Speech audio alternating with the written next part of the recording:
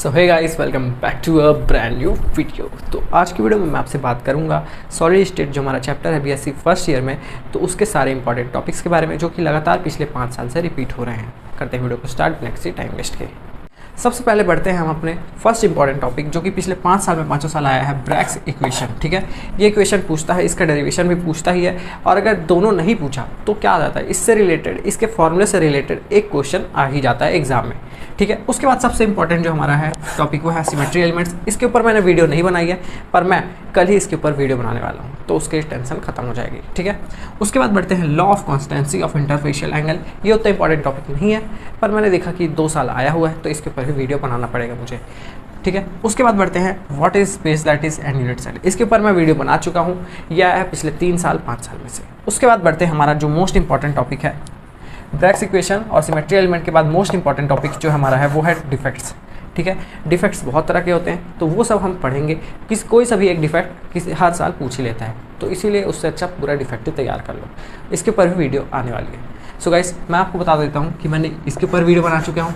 ठीक है, इसके ऊपर भी वीडियो बना चुका हूँ, और मेरे को बचा अभी ये लोग के ऊपर वीडियो बनाना। ठीक है, तो इसके ऊपर कल आ जाएगी वीडियो, और बाकी इसके बाद ब्रैग्स इक्वेशन में हमने लिया मोनोक्रोमैटिक एक्स-रे बीम लाइट। ठीक है, तो यहाँ पे मोनोक्रोमैटिक मतलब अगर आपको नहीं पता है तो मोनोक्रोमैटिक मतलब होता है लाइट ऑफ सेम वेवलेंथ। ठीक है, तो यहाँ पे लिखा है हमने, यहाँ पे क्या लिखा है, सपोज मोनोक्रोमैटिक एक्स-रे बीम। ठीक है, मोनोक्रोमैटिक एक्स-रे मतलब एक्स-रे हमने लिया है और ऐसा एक्स-रे लिया है, ऐसे एक्स-रे बीम लिया है जिसका वेवलेंथ सेम मतलब light of same wavelength is called monochromatic light. ठीक है, इतना आपको पता रहना चाहिए। तो हमने एक मोनोक्रोमैटिक एक्स-रे बीम लिया, उसको क्या किया हमने, जिसका वेवलेंथ था लैम्डा। ठीक है, कुछ भी वेवलेंथ हो सकता है उसका, हमने कंसीडर किया कि उसका जो वेवलेंथ है वो है लैम्डा। ठीक है, और उसको एक प्लेन में हमने टकराया। मान लो कोई प्लेन है। ठीक है, या आपको लिखना नहीं है, बस मैं डायग्राम बना के आपको बता रहा हूँ। फॉर एग्जांपल ये प्लेन है, हमने एक्स-रे हमारा एक्स-रे लाइट। ठीक है, उसको हमने किसी प्लेन में डाला और एक एंगल बनाया, एंगल ऑफ इंसिडेंट वो हमारा थीटा। ठीक है, पर होता ये है जनरली कि एक्स-रे बीम रिफ्लेक्ट करती है, देखो यहाँ से आती है और यहाँ से जाती है, पर कभी-कभी ऐसा होता है कि कोई एक्स-रे बीम रिफ्लेक्ट नहीं करती, अंदर चली जाती है, मतलब पेनिट्रेट हो जाती है। ठीक है, तो यहाँ दूसरा पॉइंट लिखा है many X-ray beam without change in the direction, मतलब कि इसके ऐसे होने की जगह, ठीक है, इंसिडेंट के बाद रिफ्लेक्ट होने की जगह, ठीक है, क्या करती है, पासेस थ्रू द प्लेन, मतलब कि एक और प्लेन में चली जाती है। ये सबसे बाहर वाला प्लेन है और ये उसके अंदर वाला प्लेन, तो ये अंदर चली जाती है फिर रिफ्लेक्ट होती है। ठीक है, तो वही यहाँ पे लिखा है, तो ये दोनों पॉइंट आपको अच्छे से लिख लेने हैं।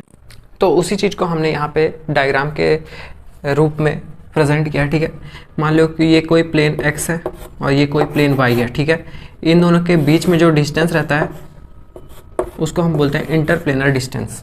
The distance between 2 parallel planes is called interplanar distance. ठीक है, उसको हम डी से रिप्रेजेंट करते हैं। जब हमने कोई एक्सरे बीम डाली सेम वेवलेंथ की, ठीक है, तो वो थीटा एंगल पे इंसिडेंट हुई और रिफ्लेक्ट हो गई, वापस चली गई। पर ज़रूरी नहीं है कि दूसरी एक्सरे डालें और वो भी वैसा करे, वो यहाँ से रिफ्लेक्ट हो। एक्सरे बीम अंदर भी जाती है तो और वो अंदर से रिफ्लेक्ट होती है। यहाँ पे एक्सरे बीम इसलिए लिया गया क्योंकि वो 1 या 2 लेयर तक ही अंदर जाती है, उसके बाद रिफ्लेक्ट उसको होना ही पड़ता है।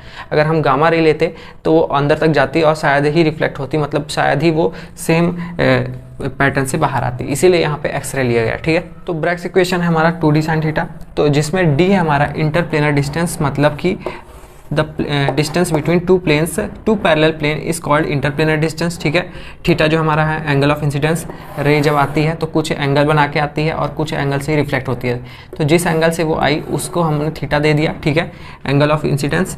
फिर वेवलेंथ है हमारी एक्सरे की, हमारी वेवलेंथ हो गई जो भी, उसको हमने लैम्डा सपोज कर लिया।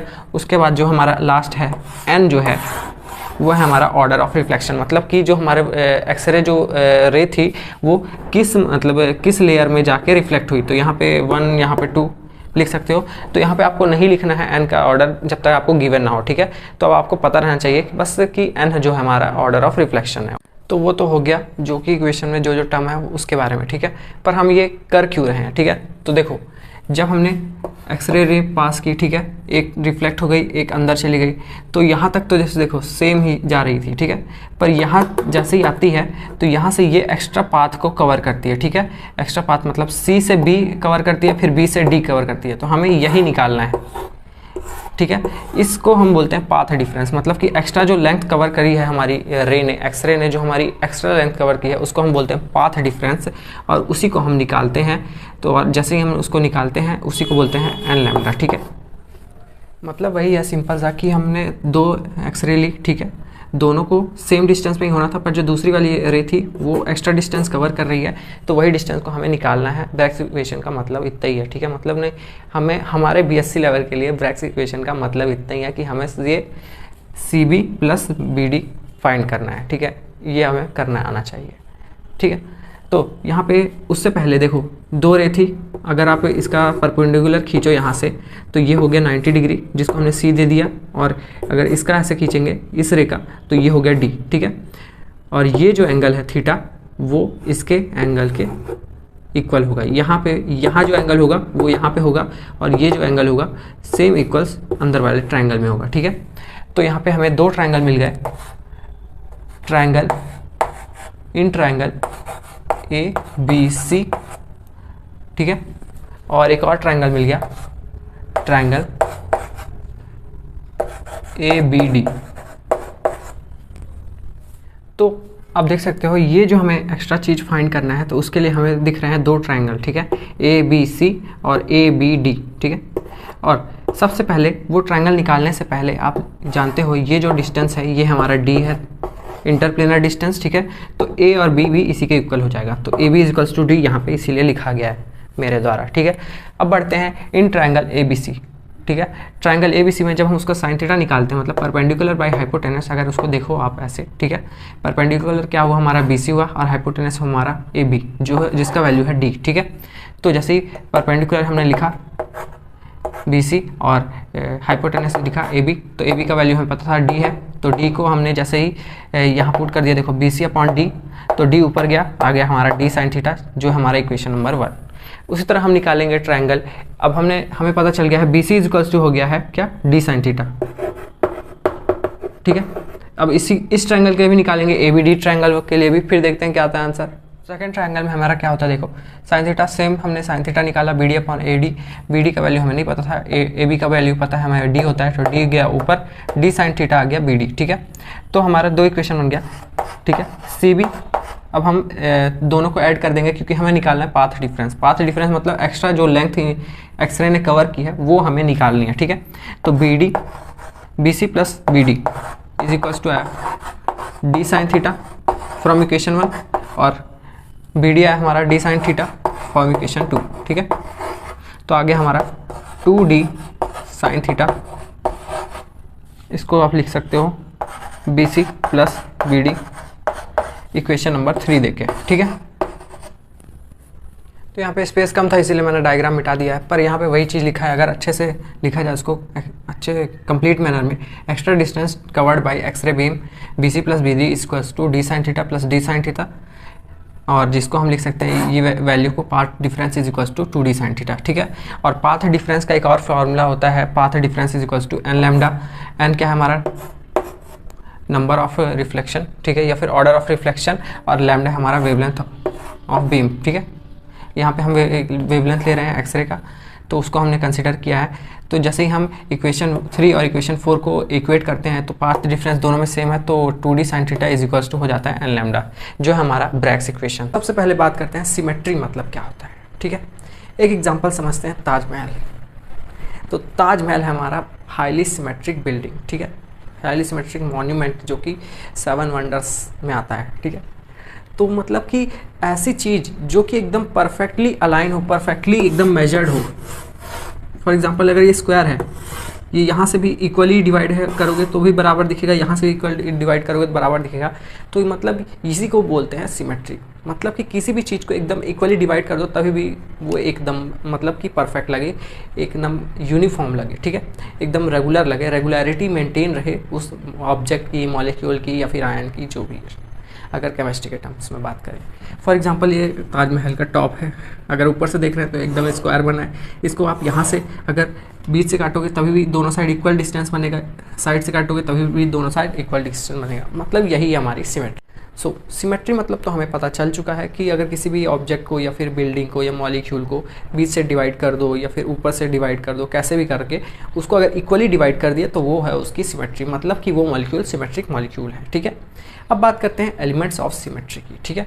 तो बीएससी फर्स्ट ईयर में हमें, और जनरली भी बीएससी फर्स्ट ईयर नहीं, ओवरऑल सिमेट्री में के अंदर हमें 5 तरह के एलिमेंट्स मिलते हैं, ठीक है। पहला है हमारा आइडेंटिटी, ठीक है। दूसरा हमारा एक्सिस ऑफ सिमेट्री, तीसरा है हमारा प्लेन ऑफ सिमेट्री, चौथा है हमारा सेंटर ऑफ सिमेट्री, और पांचवा है हमारा रोटेशन रिफ्लेक्शन ऑफ सिमेट्री या फिर इम्प्रॉपर एक्सिस ऑफ सिमेट्री, ठीक है। एक एक करके डिस्कस करते हैं सबको। बात करते हैं फर्स्ट हमारा आइडेंटिटी की। तो आइडेंटिटी हमारा सबसे आसान एलिमेंट ऑफ सिमेट्री में आता है, ठीक है, वो कैसे? The process of getting the same orientation after the operation is identity. ये एग्जाम में नहीं पूछा जाता है, बस आपको पता रहना चाहिए कि हर जैसे इंडिविजुअल की अपनी कुछ आइडेंटिटी रहती है, तो हर आइटम या फिर हर ऑब्जेक्ट या फिर हर मॉलिक्यूल में आइडेंटिटी ऑपरेशन पाया ही जाता है। फॉर एग्जांपल ये एक डस्टर है, ठीक है, अब मैंने इसको 180 डिग्री घुमा दिया, ठीक है, अब मैं अगर इसको फिर से 180 डिग्री घुमा दूंगा तो मेरे पास सेम डस्टर आ जाएगा सेम ओरिएंटेशन के साथ। तो यही है हमारी आइडेंटिटी। फॉर एग्जांपल मैं अभी सीधा खड़ा हूँ, मैं अभी 180 डिग्री अगर घूम गया, ठीक है, तो अभी आपको मेरा इक्विवेलेंट स्ट्रक्चर दिख रहा है, इक्विवेलेंट ओरिएंटेशन दिख रहा है, और जैसे ही मैं फिर से 180 डिग्री घूम जाऊँगा तो आपको सेम दिखूंगा जैसे पहले दिख रहा था, ठीक है। तो यही हो गई मेरी आइडेंटिटी, मतलब कि मैं पहले जैसा था वैसे ही दिखूंगा, कुछ भी ऑपरेशन लगाओ तो भी, ठीक है।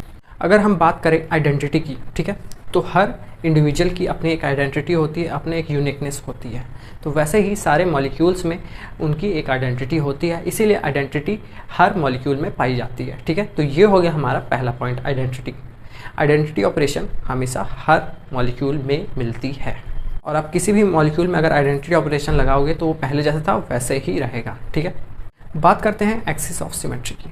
तो पहले डिफाइन देख लेते हैं। An imaginary axis passing through an object or molecule rotation which by theta degree if it produces equivalent orientation then it is called axis of symmetry, जिसको हम सी एन से डिनोट करते हैं, जिसका फॉर्मूला है C n is equals to 360 degree upon n, जहाँ पे n है हमारा नंबर ऑफ रोटेशन।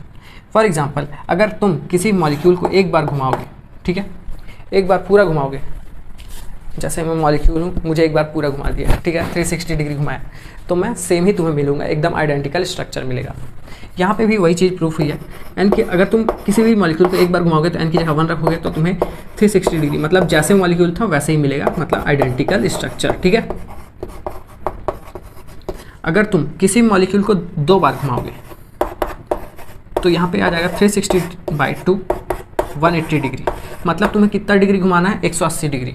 अगर तुम मुझे 2 बार घुमाना चाहते हो तो एक बार ऐसे घूमूंगा मैं, ठीक है, तो 180 डिग्री घूम गया, तो मतलब तुम्हें मिलेगा आइडेंटिकल नहीं, इक्विवेलेंट स्ट्रक्चर, ठीक है। तो अगर तुम किसी चीज़ को 2 बार घुमाओगे तो तुम्हें इक्विवेलेंट स्ट्रक्चर मिलेगा। लेकिन तुम सोच रहे होगे कि ये भैया तो एक ही बार घुमा, जैसे देखो अभी मैं सामने खड़ा हूँ, एक बार मैं घुमा 180 डिग्री तो तुम्हें इक्विवेलेंट स्ट्रक्चर मिला। अगर तुम एक बार और घुमाओगे मुझे 360 डिग्री वापस लाने के लिए 2 बार तुम्हें घुमाना पड़ेगा, तब 2 बार लाने के लिए तुम्हें मिलेगा मेरा आइडेंटिकल स्ट्रक्चर, ठीक है। 2 बार जब घुमाओगे तभी जाके तुम्हें मिलेगा मेरा आइडेंटिकल स्ट्रक्चर। जितने बार में तुम्हें मेरा आइडेंटिकल स्ट्रक्चर मिले वही है हमारी एक्सिस, ठीक है। जितने बार घुमाने में तुम्हें मेरा आइडेंटिकल स्ट्रक्चर मिले वही हमारी एक्सिस ऑफ सिमेट्री, ठीक है। फॉर एग्जांपल यहाँ पे हमने लिया है वाटर का मॉलिक्यूल, ठीक है, यहाँ पे हमने उसे एक एक्सिस से पास किया, इसको हमने 180 डिग्री से रोटेट किया, ठीक है, तो हमें मिला यहाँ पे एच ए की जगह एच बी आ गया, ये ऐसे घूम गया, और एच बी की जगह एच ए आ गया, ठीक है। तो 180 डिग्री में हमें मिला इक्विवेलेंट स्ट्रक्चर। अगर किसी भी एक्सिस से पास करने के बाद हमें इक्विवेलेंट स्ट्रक्चर आता है तो मतलब वही हमारी एक्सिस हुई एक्सिस ऑफ सिमेट्री, ठीक है। और अगर एक बार और एक्सिस ऑफ सिमेट्री मैं इसमें अप्लाई कर दूं तो मुझे मिल जाएगा एकदम सेम स्ट्रक्चर, मतलब एक बार फिर से अगर मैं इसको 180 डिग्री वो कर दूं, रोटेट कर दूं, तो हमारे पास आ जाएगा सेम स्ट्रक्चर।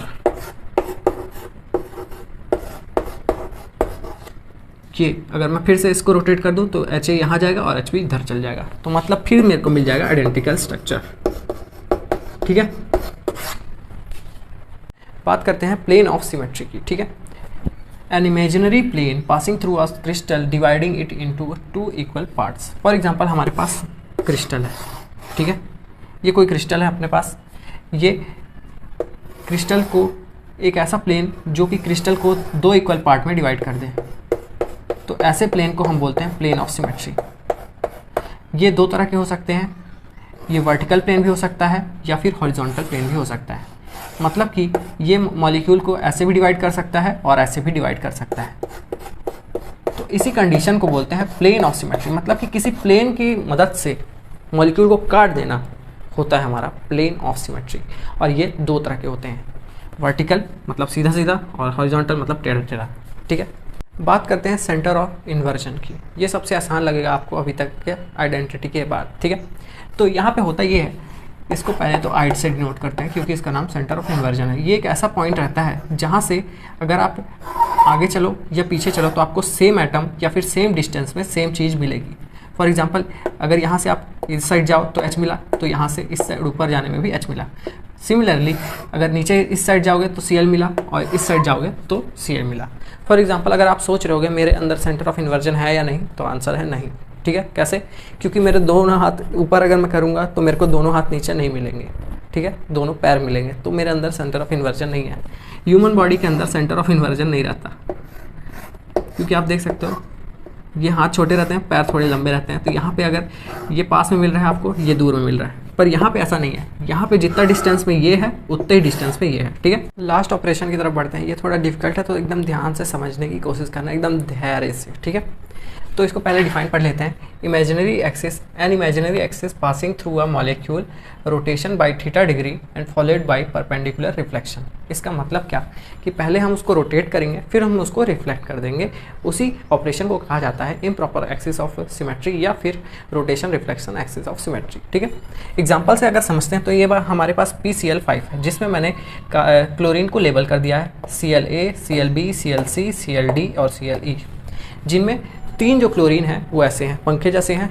एक पंखे की डंडी, दूसरे पंखे की डंडी, तीसरे पंखे की डंडी, और जो चौथी डंडी है वो आगे है और 5वीं डंडी पीछे है। ठीक है, जो आगे वाली डंडी है उसको मैंने सॉलिड लाइन से शो किया है और जो पीछे है उसको मैंने डैश डैश से शो किया है। ठीक है, तो इसमें अगर 120 डिग्री रोटेट करते हैं इसको तो A इधर आ जाता है, B इधर चल जाता है और C इधर आ जाता है। ठीक है, यहाँ पे आप देख सकते हो A नीचे आ गया, B इधर आ गया और C इधर चला गया। ठीक है, और Cld और Cle वैसे ही रहेंगे, जो आगे था वो आगे ही रहेगा और जो पीछे था वो पीछे ही रहेगा। फॉर एग्जांपल अगर आप पंखे की डंडी है, फॉर एग्जांपल ये पंखे की डंडी है, अगर इसको थोड़ा सा घुमाओगे 120 डिग्री तो ये ऐसे हो जाएगी। वैसे ही हुआ है यहाँ पे, लेकिन जो आगे था वो आगे ही है और पीछे था पीछे ही है। ठीक है, तो अब एक चीज़ तो हमारी हो गई, यहाँ पे रोटेशन तो हो गया, C3 एक्सिस यहाँ पे लगाया हमने, तो यहाँ पे रोटेशन तो हो गया। अब बात करते हैं रिफ्लेक्शन की। जैसे ही हम इसमें मिरर देंगे तो जो पीछे था वो आगे चल जाएगा और जो आगे था वो पीछे चल जाएगा। जैसे ही हमने इसमें मिरर दिखाया तो Cl जो D था वो Cl जो ऊपर था, मतलब कि आगे था, वो पीछे चला गया और जो पीछे था Cle वो ऊपर आ गया, मतलब। ठीक है, फॉर एग्जांपल पंखा घूम रहा है, पंखे के सामने तुमने मिरर रख दिया, तो अब तुमने मिरर रखा है तो सामने वाला चीज़ तुम्हें पीछे दिखेगा और पीछे वाला चीज़ तुम्हें सामने दिखेगा। वही यहाँ पे हुआ है। चलिए डिफाइन पढ़ लेते हैं, फिर देखते हैं आखिर ये कहना क्या चाह रहा है। ठीक है, तो डिफाइन में ये लिखा है, for same substance the angle between the corresponding plane or face of different crystal are always constant. ठीक है, इसका मतलब क्या है? किसी भी सेम सब्सटेंस के जब हम डिफरेंट क्रिस्टल लेते हैं तो उन दोनों क्रिस्टल की जो फेस रहते हैं वो आपस में कांस्टेंट रहते हैं। कैसे? फॉर एग्जांपल मैंने एक क्यूब ले लिया और ये हमारा क्यूब है और उसको मैंने बीच से काट दिया। क्यूब हमारा सेम सब्सटेंस है, उसको हमने 2 टुकड़ों में डिवाइड कर दिया, मतलब 2 अलग अलग क्रिस्टल में डिवाइड कर दिया। इस ऊपर वाले का नाम दे देंगे हम A और नीचे वाले का नाम दे देंगे हम B। अगर हम इसको क्रिस्टल को ऊपर से देख रहे हैं तो ये हमें स्क्वायर टाइप ही दिखेंगे। ये हमारा हो गया A क्रिस्टल, ये हो गया हमारा B क्रिस्टल, ये हमारा हो गया X फेस, ये हमारा हो गया Y फेस, इसमें भी X फेस और ये हमारा हो गया Y फेस। तो ये लॉ ये कहता है कि जो हमारे सेम सब्सटेंस हैं, देखो ये सेम सब्सटेंस है, उसके जो हमारे डिफरेंट क्रिस्टल हैं, ठीक है, डिफरेंट क्रिस्टल का जो करस्पॉन्डिंग एंगल होगा, मतलब कि आपस के आजू बाजू जो एंगल होगा वो हमेशा कांस्टेंट होगा। जैसे कि यहाँ पे अगर ये 90 डिग्री है तो यहाँ पे भी ये 90 डिग्री ही होगा। फॉर एग्जांपल ये कोई दूसरा हमारे पास सब्सटेंस है जो कि एकदम बेंजीन रिंग टाइप है, कैसे बना सकते हैं, ठीक है, और इसको हम अगर ऐसे बनाएंगे तो ये बेंजीन रिंग टाइप ही बनेगा। मेरे से आ नहीं रहा बनाते, पर अज्यूम कर लो। तो उसका भी जो आपस में फेस का जो वो रहेगा, एंगल रहेगा, वो 120 ही रहेगा। ठीक है, तो यहाँ पे कहने की वाली बात यही है कि सेम सब्सटेंस के जो हमारे डिफरेंट क्रिस्टल होंगे उन दोनों के बीच के जो इंटरफेशियल एंगल होंगे वो हमेशा इक्वल होंगे। इंटरफेशियल एंगल मतलब कि 2 फेस के बीच के एंगल, ठीक है, वो हमेशा इक्वल होंगे या फिर हमेशा कांस्टेंट होंगे। ठीक है, सो बात करते हैं कि मिलर इंडिसेस मतलब होता क्या है। ठीक है, मिलर और इंडिसेस, मिलर एक साइंटिस्ट का नाम था, इंडिसेस मतलब क्या होता है। पहले कोई भी क्रिस्टल है, ठीक है, क्रिस्टल हमेशा 3D होता है, 3 डायमेंशनल होता है, मतलब कि एक बार अगर बना दिया जाए तो ये कुछ ऐसे होता है। ठीक है, तो किसी भी क्रिस्टल में एक प्लेन का डेजिग्नेशन ही हमारा कहलाता है मिलर इंडिसेस। मतलब किसी भी क्रिस्टल में अगर ऐसे लिखा है, फॉर एग्जांपल ये हमारा हो गया x एक्सिस, ये y, ये z, अगर किसी भी क्रिस्टल में मान लो 2 1 1 लिखा है तो मतलब हमारा यहाँ पे x हो गया 2, y हो गया 1 और z हो गया 1। तो हमारा मान लो ये हो गया 2, ये 1 और ये भी 1। तो मतलब यही प्लेन को हम कहते हैं मिरर इंडिसेस। ठीक है, किसी भी क्रिस्टल में एक प्लेन का डेजिग्नेशन ही कहलाता है मिरर इंडिसेस। और इसको हम निकालते कैसे हैं? With the help of intercept, विस इंडिसेस, सब हम डिस्कस करेंगे एक एक करके। एक क्वेश्चन देखते हैं। सो गाइस, अब होता ये है कि हमारे पास 2 तरह के क्वेश्चन आते हैं मिरर इंडिसेस निकालने के। ठीक है, किसी किसी क्वेश्चन में डायरेक्ट हमें विस इंडिसेस दे देता है, मतलब कि कोई एक कोऑर्डिनेट दे देगा 1 2 1 और बोलेगा अब तुम्हें इसका मिरर इंडिसेस निकालना है, या फिर उसका आपको इंटरसेप्ट दे देगा। इंटरसेप्ट में भी बोलेगा आपको मिरर इंडिसेस निकालना है। इसमें 1 2 1 की जगह दे देगा a, 2b, c। ठीक है, और a b c को अगर आप 1 लोगे तो यहाँ पे आ जाएगा 1 2 1। तो मतलब आपको ये भी दे सकता है, ये भी दे सकता है। तो सबसे पहले डिस्कस कर लेते हैं ऐसा क्वेश्चन जिसमें विस इंडिसेस गिवन है और हमें निकालना है मिरर इंडिसेस। ठीक है, तो यहाँ पे हमें विस इंडिसेस या फिर कोई प्लेन, नॉर्मल प्लेन का कोऑर्डिनेट गिवन है 4 3 2। तो अगर इसका हमें वो निकालना है, मिरर इंडिसेस निकालना है, तो सबसे पहले हमें इस 4 3 2 को रेसिप्रोकल करना होगा 1/4, 1/3 और 1/2। फिर उसके बाद करना है हमें ये कि इसका एलसीएम ले लेना है। ठीक है, तो जैसे ही हम इसका एलसीएम लेते हैं तो हमारा आता है 12। तो जो हमारा 12 नंबर आता है उसको हमें इंटू कर देना है सबके साथ। इसका एलसीएम लेना है, अगर यहाँ पे लूँ तो 4, 3, 2। ठीक है, एलसीएम लोगे, 2 से डिवाइड किए, क्या बचा 2 और 3, ये हो गया 1। फिर से 2 से डिवाइड किया, 1, 3, 1। अब यहाँ पे 3 से डिवाइड करो, 1, 1, 1। तो आ गया 2 × 2 4, 4 × 3 12। तो हमारा 12 आया। तो अब जैसे ही हमारा यहाँ पे 12 आया, एलसीएम निकाला आपने, 12 आया, तो इसको 12 से इंटू कर देना ऊपर वाली जगह को। तो सब में 12 का इंटू करो, तो 12/4 3, 12/3 4 और 12/2 6। तो हमारा मिरर इंडिसेस आया 3 4 6। तो ऐसे ही करना है आपको। नॉर्मल सा विस इंडिसेस अगर गिवन है तो उसका रेसिप्रोकल करना है, एलसीएम निकालना है और एलसीएम वाले टर्म को ऊपर से मल्टीप्लाई कर देना है और डिवाइड करके आपको जो वैल्यू आएगी वो है हमारा मिरर इंडिसेस। एक और दूसरा तरीका ये है कि आपको जैसे ये आप रेसिप्रोकल किए, अब आपको ये रेसिप्रोकल वाला टर्म हटाना है। तो जैसे ही आप रेसिप्रोकल वाला टर्म हटाओगे तो आपका मिरर इंडिसेस आ गया मान लो। ठीक है, अब दूसरे तरह का एक क्वेश्चन डिस्कस करते हैं। Determine the mirror indices of plane of crystal lattice which cut the intercept through 2a, 3b, c। ठीक है, तो इनमें से सबसे पहले आपको क्या करना है, a, b और c को हटा देना है और जो बचा हुआ टर्म है वो लिख देना है। ये हमारा जो है क्वेश्चन, ये हमारा intercept is equals to 2a, 3b, c।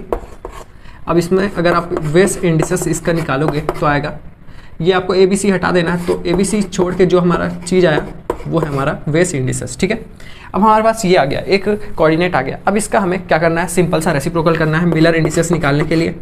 Mirror indices निकालने के लिए आपको रेसिप्रोकल करना है 1/2, 1/3 और 1/1। ठीक है, अब ये आप देख सकते हो डिनोमिनेटर सेम नहीं है, तो इसको सेम करना है। 2 3 और 1 का एलसीएम लेना है, तो 2 से डिवाइड होगा, तो ये 1, 3, 1, 3 से डिवाइड होगा 1 1 1। तो 2 × 3 6 हो गया। तो अब आपको करना ये है 6 का इंटू कर देना है 1/2 में, 1/3 में और 1/1 में। तो आ गया हमारा 6/2, 6/3, 6/1। तो हमारा आ गया 6/2 होता है हमारा 3, 6/3 होता है हमारा 1 मतलब 2 और 6/1 होता है हमारा 6। ठीक है, तो आ गया हमारा मिरर इंडिसेस 3, 2, 6। ठीक है, सो गाइस, ये था एक छोटा सा वीडियो मिरर इंडिसेस कैसे निकालते हैं उसके ऊपर। बहुत ही इंपॉर्टेंट कॉन्सेप्ट है ये, क्योंकि ये b.sc ही नहीं आगे भी बहुत सारे कॉम्पिटेटिव एग्जाम में पूछा जाता है। तो इसको एकदम ध्यान से देखना और अच्छे से करो। ठीक है, हमारे 7 सेगमेंट सेल आप देख सकते हो, क्यूबिक, रोम्बोहेड्रल, टेट्रागोनल, हेक्सागोनल, ट्राइगोनिक, ऑर्थोरोमिक और मोनोक्लिनिक। ठीक है, तो आप सोच रहे होगा कि ये लिख बस दिया है और क्या कर रहे हैं। तो इसको याद करने का सबसे अच्छा निमोनिक्स है, यहाँ पे लिख देता हूँ मैं, इसको मिटा के, क्यों रोता है टॉम। ठीक है, तो इसको याद करना है। अगर आपको ये टेबल इसी सीक्वेंस में याद करना है, क्यों रोता है टॉम, बस सिंपल सा है। तो क्यू में आ जाता है क्यूबिक, रो में आ जाता है रो और ता में आ जाता है टेट्रागोनल, है में है और ट्राइक्लिनिक में टी और ओ में ऑर्थोरम्बिक का ओ और एम का मोनोक्लिनिक, ठीक है। तो क्यूर होता है टॉम। तो ये हो गया इसका नेमोनिक्स, ये आपको ये नेम्स याद कराएगा, ठीक है। अब बढ़ते हैं एज लेंथ की तरफ। ए बी सी कैसे इक्वल होती है, कैसे अनइक्वल होती हैं वो देख। अब बारी आ गई है एज लेंथ कैसे याद करते हैं, ठीक है। एज लेंथ मतलब कि ए जो है हमारा एज वो बी और सी के इक्वल है या नहीं है, ठीक है। तो बात करते हैं क्यूबिक की, तो ये तीनों में इक्वल है, रोम्बोहेड्रल में तीनों में इक्वल है, टेट्रागोनल में एक में अनइक्वल है, हेक्सागोनल में एक में अनइक्वल है, ट्राइक्लिनिक और ऑर्थोरम्बिक और मोनोक्लिनिक में दोनों में अनइक्वल है। तो इसको याद कैसे करें, ठीक है। सबसे पहले ये ऊपर के जो दो हैं इसको आप सेपरेट कर लो, ये दोनों पूरे इक्वल रहेंगे। फिर ये दोनों को सेपरेट कर लो, इनमें सिर्फ ये वाला पार्ट बस अनइक्वल रहेगा, और ये तीनों को सेपरेट कर लो, इसमें सब अनइक्वल रहेगा, ठीक है। तो ये हो गया या एज लेंथ याद करने का तरीका। अब बात करते हैं एंगल्स की, ठीक है। अब बात कर लेते हैं एक्सियल एंगल्स के बारे में, ठीक है। तो एक्सियल एंगल में आगे बढ़ने से पहले मैं आपको 3 स्पेशल केस बताना चाहूँगा। तो हमारा जो आप क्यूबिक देख सकते हो, क्यूबिक में हमारे ये इक्वल है, पूरी लेंथ इक्वल है और पूरे एंगल इक्वल है, ठीक है।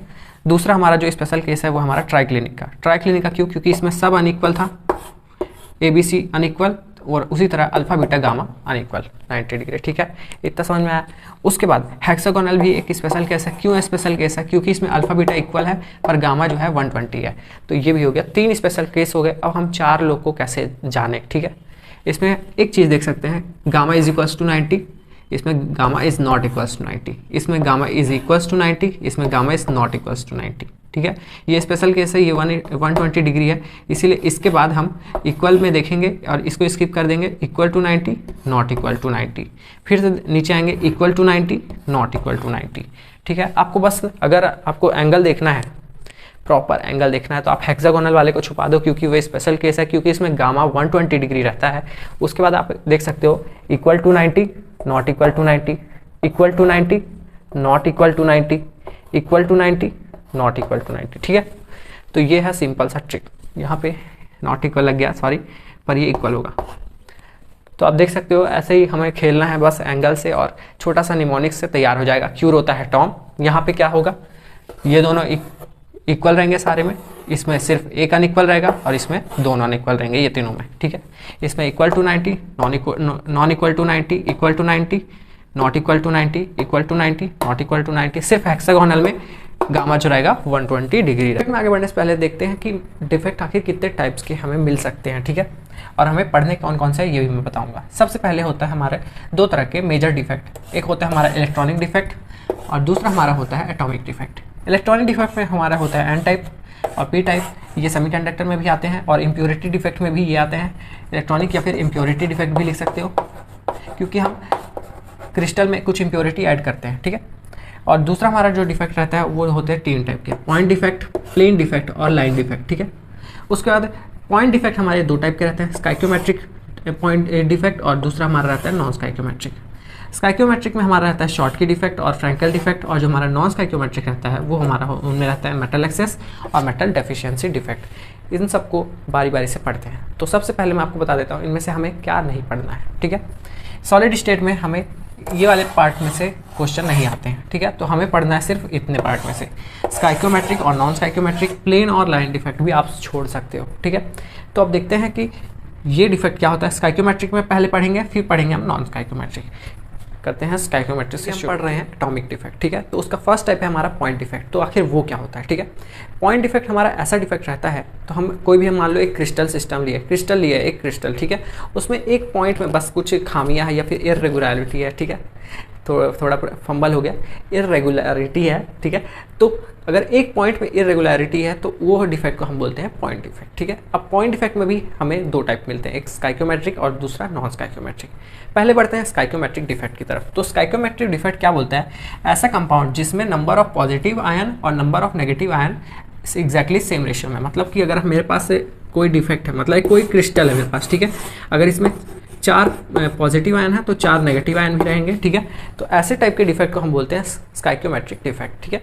और इसके 2 तरह के टाइप होते हैं, एक होता है हमारा शॉर्ट की डिफेक्ट और दूसरा हमारा होता है फ्रैंक। बात करते हैं शॉर्ट की डिफेक्ट की। तो शॉर्ट की डिफेक्ट ये कहता है कि जब इक्वल नंबर ऑफ कैटायन और इक्वल नंबर ऑफ एनायन उनके लैटिस साइड से मिसिंग रहते हैं, पर उसके वजह से उनकी इलेक्ट्रिकल न्यूट्रलिटी डिस्टर्ब नहीं होती क्रिस्टल की, तो उस डिफेक्ट को बोला जाता है शॉर्टकी डिफेक्ट। ठीक है, यहाँ पे वही लिखा है when equal number of cation and anion are missing from their lattice site such that their electrical neutrality is maintain. इसका मतलब क्या है आखिर वो देखते हैं। ठीक है, फॉर एग्जाम्पल ये कोई एक क्रिस्टल है, ठीक है, इसमें देखते हैं हमें एक प्लस चार्ज मिला है, एक माइनस चार्ज मिला है।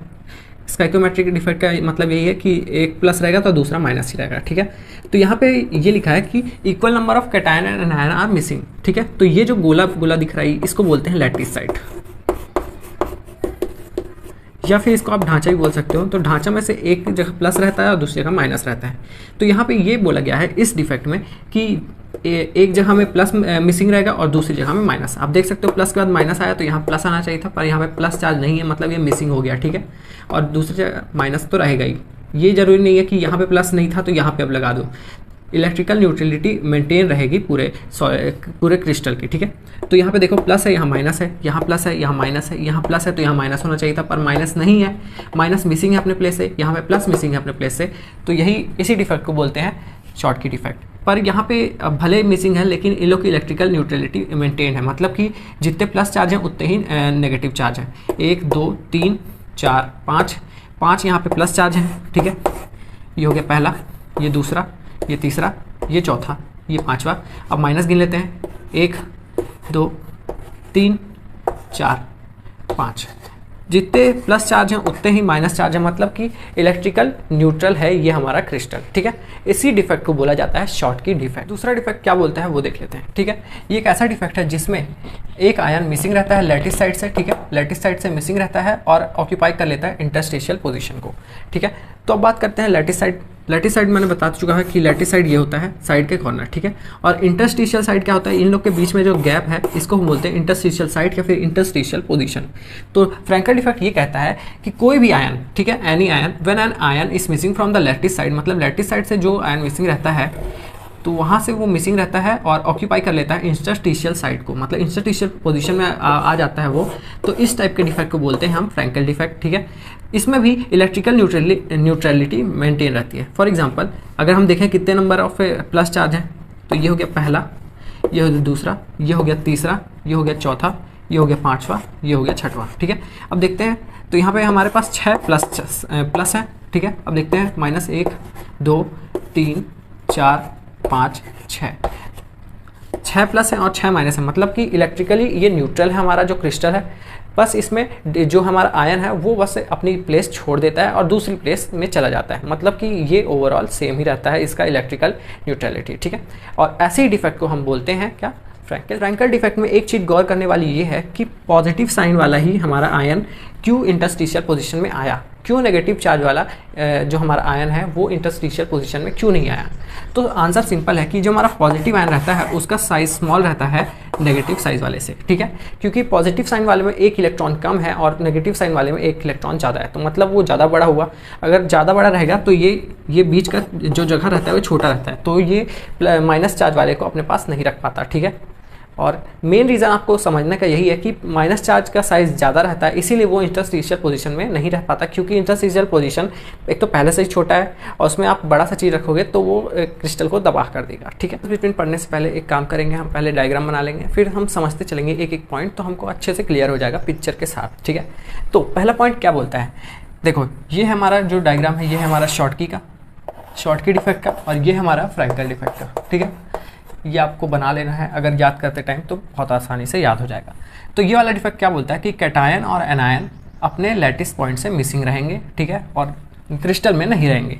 तो यहाँ पे आप देख सकते हो plus minus plus minus minus, यहाँ पे प्लस नहीं है, minus plus minus plus minus plus minus, यहाँ पे प्लस होना चाहिए था, फिर यहाँ पे माइनस आना चाहिए था, तो यहाँ माइनस नहीं है, यहाँ प्लस नहीं है, तो मतलब कैटायन और एनायन दोनों एब्सेंट है। ठीक है, दोनों मिसिंग है अपने लैटिस पोजीशन से, और ये जो गोला गोला रहता है इसको बोलते हैं लैटिस साइड या फिर लैटिस पोजीशन। ठीक है, जबकि फ्रैंकल डिफेक्ट में क्या होता है कि ion leaves it lattice position, मतलब कि कोई भी एक आयन प्लस हो या माइनस हो अपना लैटिस पॉइंट छोड़ देता है और ये जो बीच का जगह है जिसको हम बोलते हैं इंटरस्टिशियल पोजीशन, वहाँ पे चला जाता है। ठीक है, तो जनरली यहाँ पे प्लस साइन ही जाता है। क्यों जाता है प्लस साइन, साइन, क्योंकि प्लस जो आयन रहता है वो छोटा रहता है as compare to negative sign, या फिर एनायन जो है हमारा वो बड़ा रहता है कैटायन से, और कैटायन का साइज़ छोटा रहता है, इसीलिए वो अपनी जगह से जाता है और इंटरस्टिशियल पोजीशन पे रह सकता है क्योंकि उसका साइज स्मॉल रहता है। सेकंड पॉइंट क्या बोलता है कि जो हमारा शॉर्टकी डिफेक्ट है उसमें डेंसिटी डिक्रीज हो जाती है, और जो फ्रैंकल डिफेक्ट है उसमें डेंसिटी में कोई चेंज नहीं रहता। देखते हैं कैसे आखिर ये बोल रहा है, ठीक है। तो इसमें एक काम करते हैं, प्लस को चार्ज वाले आयन को गिनते हैं। ये 1 है, ये 2 है, ये 3 हुआ, ये 4 हुआ, ये 5 हुआ, ये 6 हुआ, ये 7 हुआ, ठीक है। और इसमें गिनते हैं 1 2 3 4 5 6 7 8, ठीक है। तो यहाँ पे आप देख सकते हो यहाँ पे 7 पॉजिटिव चार्ज हैं और यहाँ पे 7 नेगेटिव चार्ज भी होंगे। 1 2 3 4 5 6 7, ठीक है। 7 पॉजिटिव और 7 नेगेटिव चार्ज हैं, ठीक है। शॉर्टकी डिफेक्ट में 7 पॉजिटिव और 7 वो हैं नेगेटिव, और यहाँ पे आप देखोगे कि हमारे इसमें होंगे 8 पॉजिटिव और 8 ही नेगेटिव। 1 2 3 4 5 6 7 8। तो यहाँ पे कहने का मतलब यही है कि फ्रैंकल डिफेक्ट में डेंसिटी डिक्रीज़ नहीं होती है और शॉर्टकी डिफेक्ट में डेंसिटी डिक्रीज़ हो जाती है। क्यों डिक्रीज़ होती है? क्योंकि जो हमारे एक प्लस चार्ज रहता है और एक माइनस चार्ज जो आयन रहता है, प्लस आयन रहता है एक माइनस आयन, वो क्रिस्टल को छोड़ के भग जाते हैं, ठीक है। और जबकि फ्रैंकल डिफेक्ट में ऐसा होता है कि जो प्लस आयन रहता है वो क्रिस्टल को छोड़ के भगता नहीं है, बस अपनी पोजीशन हल्की सी चेंज कर लेता है। जैसे यहाँ पे उसको रहना चाहिए था तो वो हल्का साइड में हो गया, तो मतलब वो भगा नहीं, अपनी बस पोजीशन चेंज किया, मतलब कि डेंसिटी उसकी वैसी की वैसी ही है, बस उसमें थोड़ा चार्ज में फ़र्क आ गया। हमारा जो तीसरा पॉइंट है वो क्या कहता है कि हमारा जो इसमें जो प्रेजेंट है आयन, प्लस आयन और माइनस आयन, या फिर इसको कैटायन कह सकते हैं, इसको एनायन कह सकते हैं, तो इनमें कैटायन और एनायन का जो साइज़ रहता है वो लगभग सेम रहता है, ठीक है।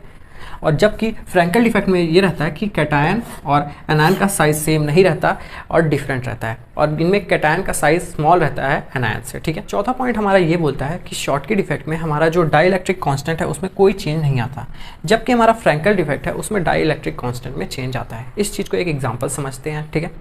फॉर एग्जाम्पल, आपने स्कूल में या फिर कॉलेज में बंक कर दिया, आप 2 लोग के ग्रुप हो, आप हो और आपकी गर्लफ्रेंड है या आपकी क्रश है, दोनों जन साथ में बंक कर दिए, ठीक है। तो वो आ जाता है इसमें dielectric constant of Frenkel defect में, ठीक है। तो यहाँ पे क्या होता है कि आप बंक कर दिए स्कूल, आप या फिर कॉलेज बंक करके कहीं और चले गए, ठीक है।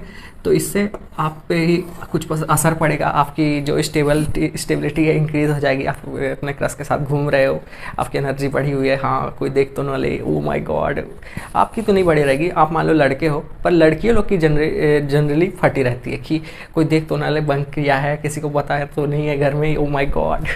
पर यहाँ पे ऐसा नहीं होता, शॉर्टकी डिफेक्ट में ऐसा नहीं होता। शॉर्टकी डिफेक्ट में ये होता है कि आप कॉलेज नहीं गए हो, अपने घर में चिल मार रहे हो, ठीक है। तो यहाँ पे कोई चेंज नहीं होता, no effect on dielectric constant. क्योंकि देखो, आप भी, ये मान लो लड़का है और ये लड़की है, लड़की, ठीक है। तो लड़का लड़की जब अपने घर में है तो उनको कोई टेंशन नहीं है, पर यहाँ पे लड़का जो रहता है वो चला जाता है, या फिर लड़की बंक मार देती है तो उसकी एनर्जी बढ़ जाती है, उसके इफेक्ट में चेंज आ जाता है, मतलब उसके डाइलेक्ट्रिक कांस्टेंट में चेंज आ जाता है, उसकी एनर्जी बढ़ी रहती है। ओ माय गॉड, नर्वस हो जाता है। लास्ट पॉइंट ऑफ डिफरेंस है हमारा कि इसके एग्जांपल है sodium chloride, potassium chloride, caesium chloride, और इसका है AgCl, AgBr, ZnS और Ca। तो अब बात कर लेते हैं आखिर नॉन स्टाइकियोमेट्रिक डिफेक्ट आखिर होता क्या है, ठीक है। अभी तक हमने पढ़ा है स्टाइकियोमेट्रिक डिफेक्ट, जिनमें नंबर ऑफ पॉजिटिव आयन और number of negative ion same रहते हैं, ठीक है। ऐसा डिफेक्ट जिनमें नंबर ऑफ पॉजिटिव आयन और नंबर ऑफ नेगेटिव आयन का रेशियो सेम रहता है।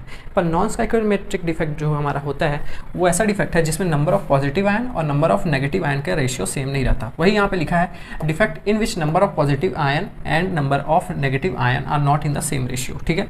इसका जो आज हम पहला टाइप पढ़ने जा रहे हैं वो है हमारा मेटल एक्सेस डिफेक्ट, ठीक है।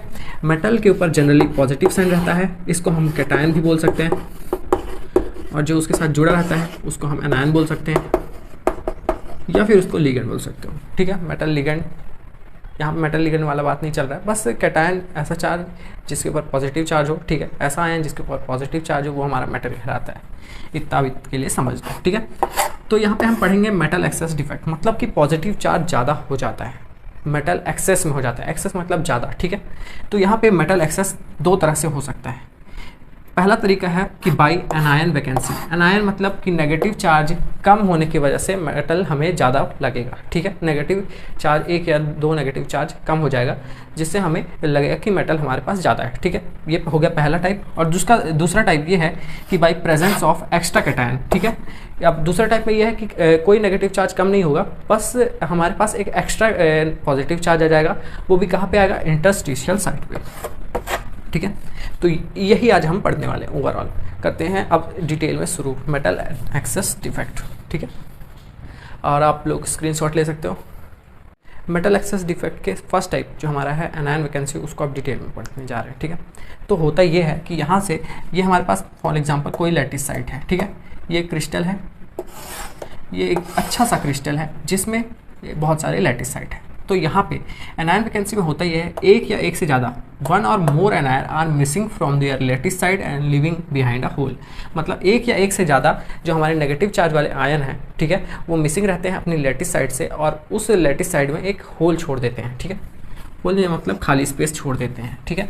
और यही होल को कौन ऑक्यूपाई कर लेते हैं? इलेक्ट्रॉन। सेकेंड पॉइंट यही लिखा है, these holes are occupied by electron to maintain electrical neutrality. Electrical neutrality maintain करने के लिए इसी होल में इलेक्ट्रॉन आ जाते हैं, ठीक है। और आने के बाद ये इलेक्ट्रॉन ट्रैप हो जाते हैं एनायन वैकेंसी में। देखो सबसे पहले क्या होता है, एक या एक से ज़्यादा आयन, हमारे नेगेटिव आयन नहीं रहते हैं, जिसकी वजह से होल क्रिएट होता है।